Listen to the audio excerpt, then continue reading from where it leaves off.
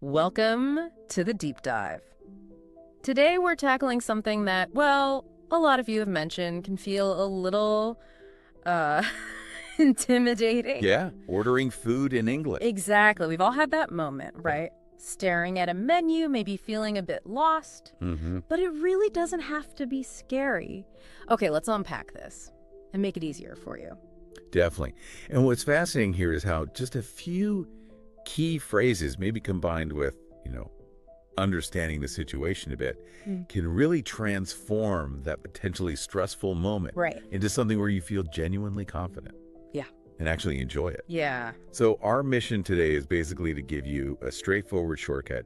It's not just about the words, though. It's also about, clarity and being polite. Yeah. That smooths things out a lot. Absolutely. Okay, so let's walk through it step by step. Chronologically, like you'd actually experience it. Good idea. First up, you walk in, you need to greet someone. That first contact. Crucial first step. Instead of worrying, just something simple like, "Hi, how are you?" Or if you need a table, "Hello, I'd like a table for two, please." Something like that. Yeah. And if you're just, say, at a coffee shop or a takeaway counter. Right, good point. Then honestly, a friendly hello is probably enough to get started. Perfect. And here's where it gets really interesting. Because just starting off polite and friendly, it genuinely changes the whole vibe of the interaction. For everyone. It really does.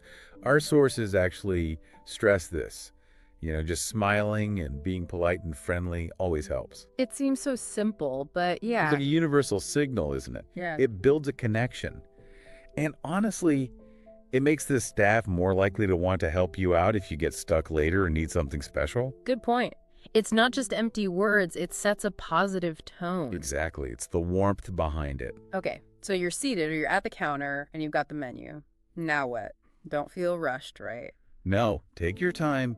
This is where you figure out what you want. And if something's confusing, Yeah, like a dish name you don't recognize. just ask, what is this dish?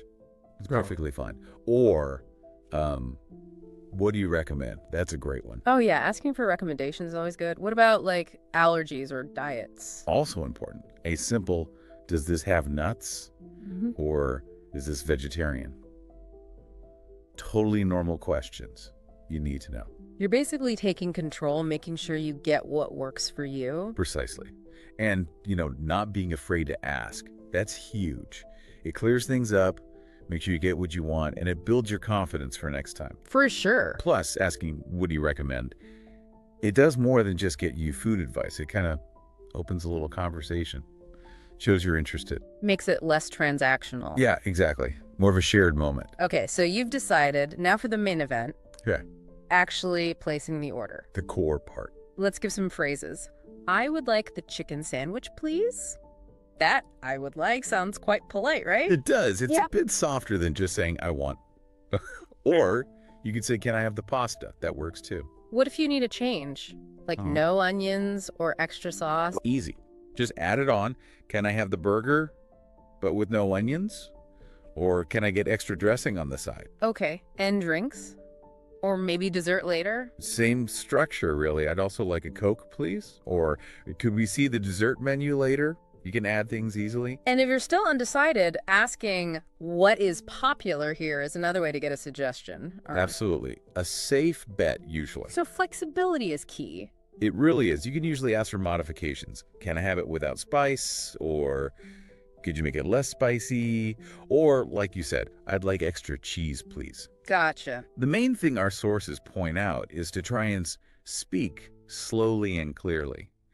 And use simple words. Yeah, no need for fancy language. Just be understood. Exactly. Clear and direct is best. Uh-huh. Oh, and quick note, sometimes you'll hear the check, sometimes the bill.